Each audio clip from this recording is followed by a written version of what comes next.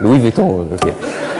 وبعد لما استمتعنا بالتغطيه الجاده والموضوعيه الخاليه من اللطم والردح، ابتدينا نسال نفسنا طيب الجيش هيعمل ايه؟ ايه مسؤوليات الجيش في الحالات اللي زي دي؟ المهام الاستراتيجية للقوات المسلحة محددة. البند منها تأمين الشرعية الدستورية بالحفاظ على سلامة الدولة ضد الشيطان وضد الشيطان الأخضر والأحمر والأزرق والأصفر والبنفسجي. في منهم في أحد الشياطين ده موجود دلوقتي نقدر نشوفه ولا؟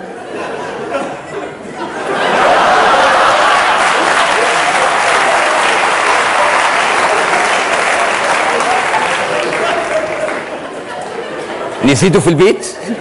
نسيت الشيطان في البيت؟ طب عشان نجاوب على السؤال، في شيطان منهم موجود دلوقتي نقدر نشوفه؟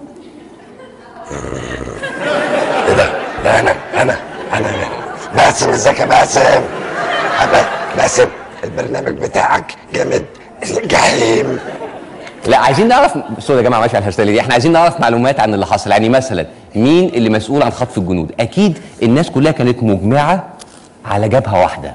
الأهرام العربي تقول إن جماعة التوحيد والجهاد وراء اختطاف الجنود بسيناء. نفذها 20 عنصرا ينتمون إلى تنظيمات جهادية تكفيرية. لو الخيط اتكر هنعرف مين اللي عملها، هتطلع منها حماس في الآخر. إخواننا في الحرية والعدالة كتبوا عنوان عاجل على الفريق السيسي وإنه تصريحاته هي اللي سببت خطف الجنود. اختطاف الجنود مرتبط بالدرجة الأولى بعدة اعتبارات، منها الوجود الإسرائيلي في المنطقة. مسألة خطيرة، بقى امبراطور الجهاد في سيناء. جماعة باكو حرام في نيجيريا. يا اخي انت عليك حاجات.